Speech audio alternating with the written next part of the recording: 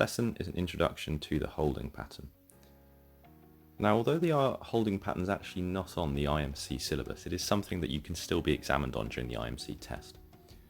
The examiner won't actually say, show me a holding pattern, but if you're flying a procedure and asked to hold as part of that procedure, then he will examine you based on your flying there. The holding pattern is a delaying tactic. It allows the aeroplane to stay in a relatively confined area of the sky whilst it waits for something to happen. Maybe there's not enough space in the procedure. A standard holding pattern is flown with right turns.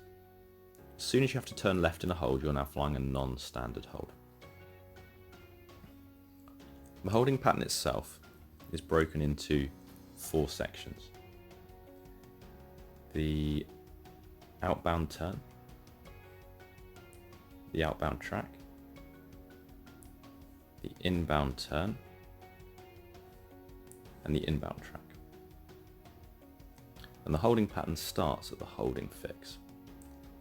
This holding fix could be a VOR, could be an NDB, could be a waypoint, could be a distance from a navigation aid. But the hold always begins at our holding fix.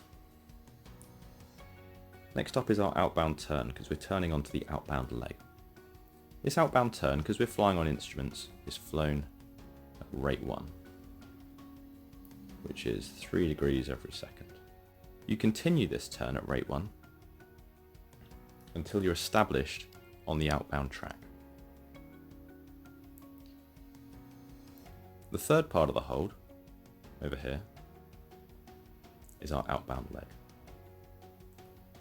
Now the outbound leg begins at one of 2 points, the first of which is abeam the fix, which would be shown as here,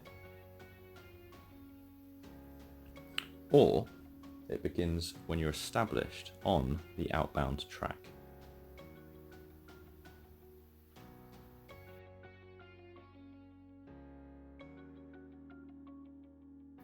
Whichever of these occurs later is when you start timing the outbound leg.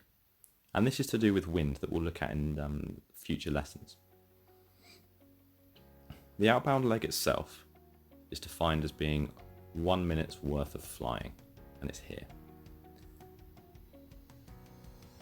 The track you're supposed to fly on this outbound leg will be published on the approach blades.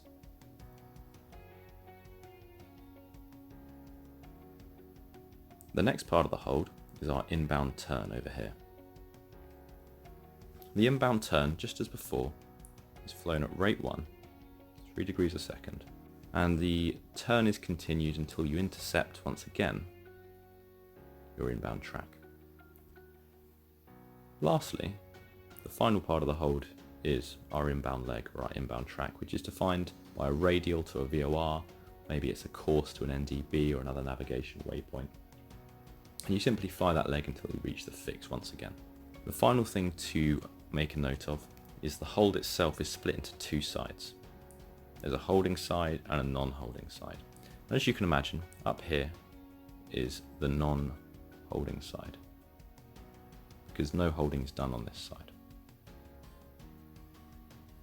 Down here is the holding side, where the pattern is established.